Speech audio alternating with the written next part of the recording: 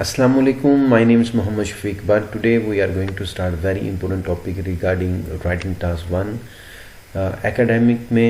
Academic में जो writing task 1 है, अब ये हमारा दूसरा टॉपिक है।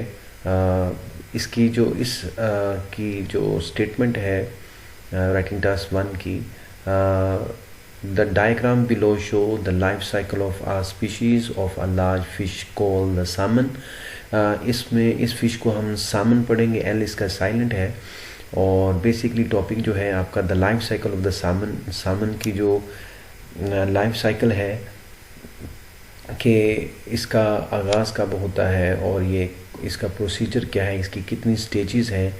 तो सबसे पहले हमें यहाँ पे 3 डायग्राम दी गई हैं। एक डायग्राम ये है, एक ये है और एक ये है, और 3 इसकी स्टेजेस हैं जो नीचे भी आपको नज़र आ रही कुछ डिटेल के साथ। तो अगर आपको सबसे पहले आपने उसकी स्टेजेस को अंडरस्टैंड करना है और उसमें जो इन्फॉर्मेशन है उसको कलेक्ट करना है, ताकि आप 1-2 मिनट इस पे स्पेंड करें और ताकि आप टॉपिक को अंडरस्टैंड करने के बाद इसकी जो इन्फॉर्मेशन है वो यहाँ पे कलेक्ट करें। सबसे ऊपर है अपर रिवर है और स्लो मूविंग वाटर यहाँ पे बहता है, और यहाँ जो इसका प्रोसीजर है वो अप्रोक्सीमेटली 5 to 6 मंथ का है।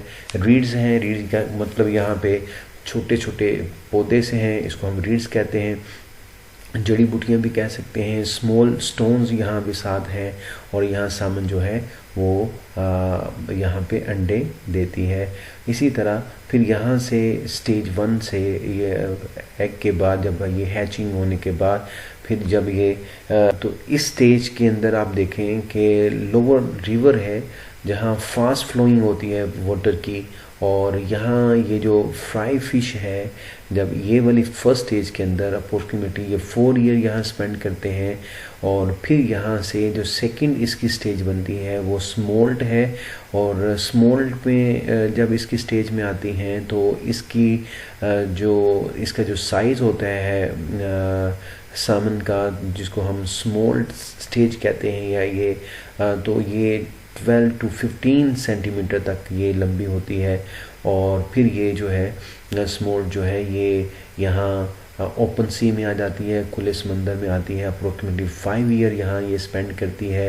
और ये जो तीसरी स्टेज है जब यहाँ से ये इतना टाइम स्पेंड कर लेती है, तो ये उसके बाद जो इसकी स्टेज बनती है वो सामन की बन जाती है, अडल्ट सामन की बन जाती है, और ये 70 to 76 सेंटीमीटर लंबी होती है। और फिर ये यहाँ से इस अपर रिवर में आती है जहाँ पानी का जो फ्लो होता है वो आहिस्ता होता है, और यहाँ पे पत्थरों और इन जड़ी बूटियों के दरमियान, पौधों के दरमियान ये एग जो है देती है। और ये सारा इसका प्रोसीजर है। आइए अब हम देखते हैं कि इसको हम किस तरह डिटेल से लिख सकते हैं। यहाँ हम DSR लिखेंगे और कॉमा लगाकर हम स्टार्ट यहाँ से लेंगे। The life cycle of the salmon fish has 4 main stages. उसकी स्टेजेस कौन सी हैं? Eggs, fry, smolt and adult salmon जो है, जब ऊपर हमने डिस्कस किया पिक्चर के अंदर। तो यहाँ एक बात याद रखें, जो सामन है इसके बारे में एक्सपर्ट की ये राय है कि सामन जो है ये फ़िश जो है ये इसको आप सिंगुलर भी यूज़ कर सकते हैं, जैसे मैंने यहाँ हैज़ यूज़ किया है। आप इसको प्लूरल भी यूज़ कर सकते हैं, दोनों तरह आप इसको यूज़ कर सकते हैं। तो इसमें कोई ग्रामर मिस्टेक नहीं आएगी। तो देखिएगा सब इन द बिगनिंग, यहाँ से हम इसका स्टार्ट ले रहे हैं। In the beginning the first stage is where the salmon lay 1000 of eggs in fresh water that are fertilized by the male salmon fish in the upper river where there are mostly reeds and small stones। तो ये fertilise होती है main सामन की वजह से, और ये अपर river में जैसे ऊपर हमने बात किया, और मोस्टली वहाँ रीड्स होते हैं, स्मॉल स्टोन्स होते हैं। तो ये 1000 of एग जो है ये देती है। और वहाँ इसके साथ in the first stage laying eggs of the salmon, तो अंडे देना फर्स्ट स्टेज के अंदर, सिटिंग ऑन द एग्स, अंडों पे बैठना, एंड देयर हैचिंग, फिर उसका निकलना। तो ये it all take approximately 5 to 6 month, और ये इतना 5 to 6 मंथ लेता है। नेक्स्ट पैराग्राफ में हमने then in the fry phase the salmon fish spend about 4 years in a lowering river where they swim to the surface of the water। तो वहाँ ये पानी की सतह के ऊपर ये तैरती रहती है और ये 4 साल वहाँ स्पेंड करती है। एट दिस पॉइंट ये 8 सेंटीमीटर तक ये लंबी हो जाती है। Fry fish eat micro organism such as insect and invertebrates. इनको खाती है, छोटे छोटे माइक्रो लिविंग थिंग्स हैं उनको खाती है। Along with this fry fish are eaten by the birds and large fish, और ये खुद भी खाई जाती है।